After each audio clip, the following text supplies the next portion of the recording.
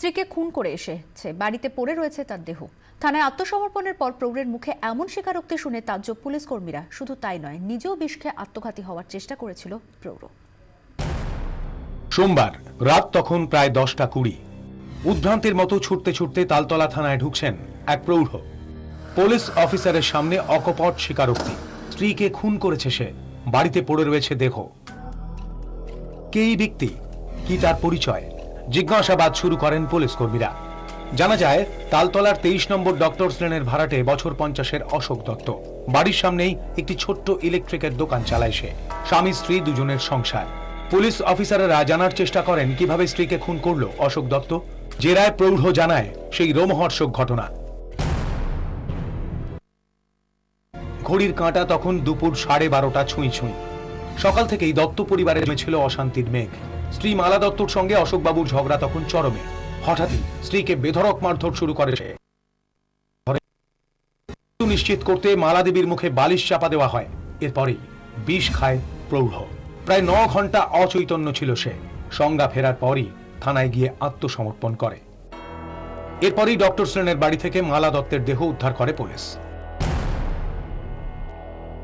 কিন্তু কেন স্ত্রী মালাকে খুন করল অশোক? প্রতিবেশীরা জানাচ্ছেন, নিঃসন্তান দত্ত পরিবারে অশান্তি রোজকার বিষয় ছিল। মাস 6 আগে মালা দেবী অশোক দত্তের বিরুদ্ধে বধূ নির্যাতনের মামলা করেন। অশোক দত্তকে গ্রেফতারও করে পুলিশ। দুজনের মধ্যে বিবাহ বিচ্ছেদের মামলাও চলছিল। তবে সোমবারের ঘটনা অবাক করে দিয়েছে প্রতিবেশীদেরও। বাড়িতে অশান্তি ছিল, বউকে উনি টলারেট করতে পারছিলেন না। মহিলা খুবই আর কি বাজে মহিলা। অশোক দত্তের কোনো আমার মনে হয় না কোনো দোষ আছে, উনি ফেড আপ হয়ে করেছেন এটা। পুলিশি জেরায় অশোক দত্ত জানিয়েছে, পরিকল্পনা মাফিক আগে থেকেই বিষ কিনে রেখেছিল সে। তার শরীরে বিষের নমুনা মিলেছে। মালা দেবীর শরীরে মিলেছে 17টি আঘাতের চিহ্ন। আপাতত হাসপাতালে ভর্তি অশোক দত্ত। পুলিশ তদন্ত করছে এবং তদন্ত করে যেটা জানা গিয়েছে এখনো পর্যন্ত, যে দাম্পত্য কলহই কিন্তু এই অশান্তি এবং তারপরে এইভাবে এই খুনের কার্যত মূল কারণ। সেই সঙ্গে হোমিসাইড শাখার গোয়েন্দারাও তারা পরবর্তী প্রক্রিয়া এগিয়ে নিয়ে যাচ্ছে এবং ময়না তদন্তের পরই পরবর্তী প্রক্রিয়া এগিয়ে নিয়ে যাওয়া হয় বলে জানাচ্ছে। ক্যামেরায় মিন্টু বসাকের সঙ্গে ঋত্বিক মণ্ডল, 24 ঘন্টা, কলকাতা। ভেঙে দেওয়া হলো গৌরবঙ্গ বিশ্ববিদ্যালয়ের টিএমসিপি ইউনিট। টিএমসিপির 2 গোষ্ঠীর সংঘর্ষের জেরেই এই সিদ্ধান্ত। সংঘর্ষে জড়িত থাকার জন্য 10 জনকে বহিষ্কার করা হলো। তদন্ত চলছে, দোষী প্রমাণিত হলে শাস্তি হবে বললেন মালদার জেলা তৃণমূল সভাপতি মোয়াজ্জেম হোসেন।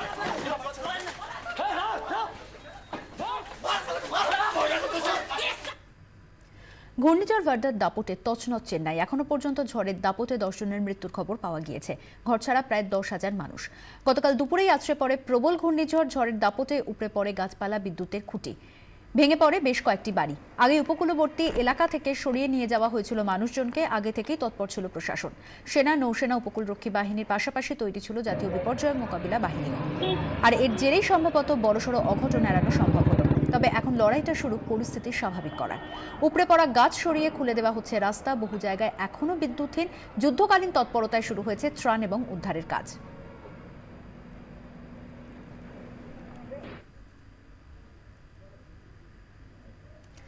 ঝঞ্ঝায় বিধ্বস্ত তামিলনাড়ুতে উদ্ধার কাজে নেমেছে NDRF.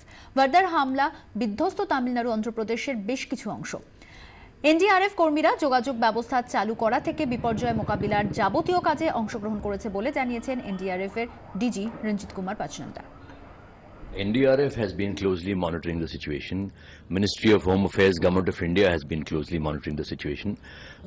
Till yesterday we had in advanced pre-positioned 16 teams for Andhra Pradesh and Tamil Nadu. From today we've pressed in 3 more teams because since yesterday after the landfall, immediately NDRF teams began their operation of clearing the roads because due to the squally winds a lot of trees and electric poles had fallen. So NDRF began its operation by cutting the trees so that there was minimum inconvenience and to prevent dislocation. আশঙ্কার থেকে বেশি শক্তি নিয়ে আছড়ে পড়েছিল ঘূর্ণিঝড় ভার্দা, আর তার জেরেই লণ্ডভণ্ড হয়েছে তামিলনাড়ুর বিস্তীর্ণ অঞ্চল। বিপর্যস্ত হয়েছে ট্রেন চলাচলও। চেন্নাইগামী বহু ট্রেন দাঁড়িয়ে পড়ে বিভিন্ন স্টেশনে। দুর্ভোগের মধ্যেই ট্রেনে আটকে পড়ে চরম দুর্ভোগের শিকার হন যাত্রীরা। দক্ষিণ পূর্ব শাখায় বেশ কয়েকটি ট্রেন বাতিল করা হয়। তাণ্ডবের পর ধীরে ধীরে স্বাভাবিক হচ্ছে পরিস্থিতি। ঘূর্ণিঝড়ের জেরে বিপর্যস্ত হয়ে পড়ে বিমান পরিষেবাও। বন্ধ করে দেওয়া হয় চেন্নাই বিমানবন্দর। চেন্নাইগামী উড়ানগুলিকে বেঙ্গালুরুর দিকে ঘুরিয়ে দেওয়া হয়।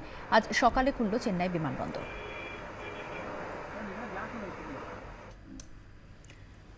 সুনামি স্মৃতি উস্কে দিয়ে ভার্দার তাণ্ডবে গোটা একটা গাড়ি উড়ে এলো চেন্নাইয়ের রাস্তার ধারে দাঁড়িয়েছিল এই গাড়িটি। হাওয়ার তীব্র দাপটে সবার সামনেই উড়ে যায় গাড়িটি।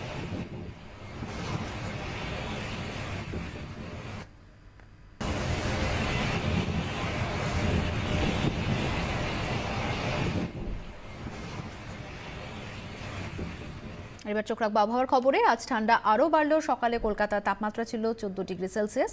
আবহাওয়া দফতরের খবর, তাপমাত্রা আরও নামবে। আশঙ্কা ছিল ভার্দার দাপটে রাজ্যের পাওনা শীতে টান পড়বে, তবে দক্ষিণের দুর্যোগে প্রভাব পড়েনি বঙ্গে।